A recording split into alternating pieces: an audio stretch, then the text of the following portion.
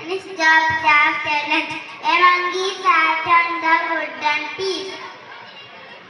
The monkey felt like taking the wooden piece. The monkey took piece. The monkey's tail got in between the words quite loud due to pain. He tried to jump out of the wood, but its tail was injured.